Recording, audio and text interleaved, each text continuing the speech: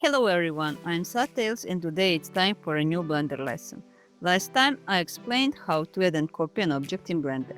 Today I will introduce you to edit mode and the types of selections available there. So let's get started. There is a lot to cover in object mode, but many of its features are connected to edit mode.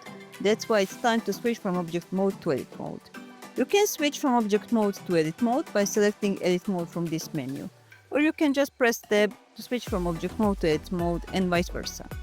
While we were in object mode, the cube didn't look like this. However, now that we are in edit mode, its appearance has changed. In object mode, you can only move, rotate or scale your object, add and apply modifiers or change its material. But in edit mode, you can edit the object's topology. First, let's learn what the cube is made of.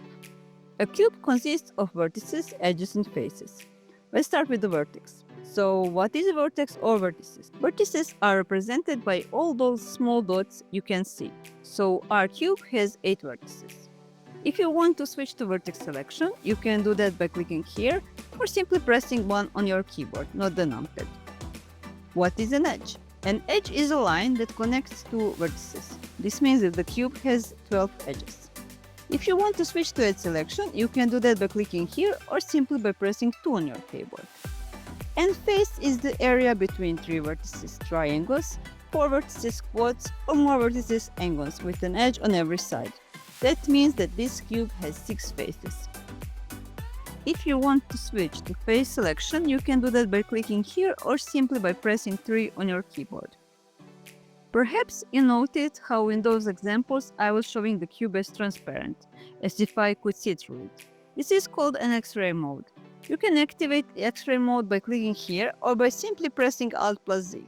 You can turn it off the same way, either by clicking the button on the screen or using the keyboard shortcut. You are already familiar with the move, rotate and scale tools, so I don't need to explain them again.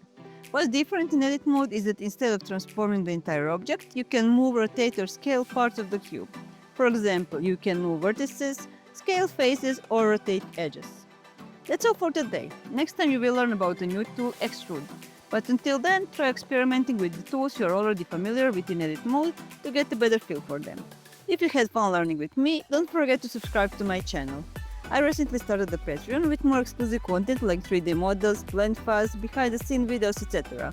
You can also download a free Blender guide based on this lesson, so feel free to check it out if you like text tutorials more. It is updated monthly.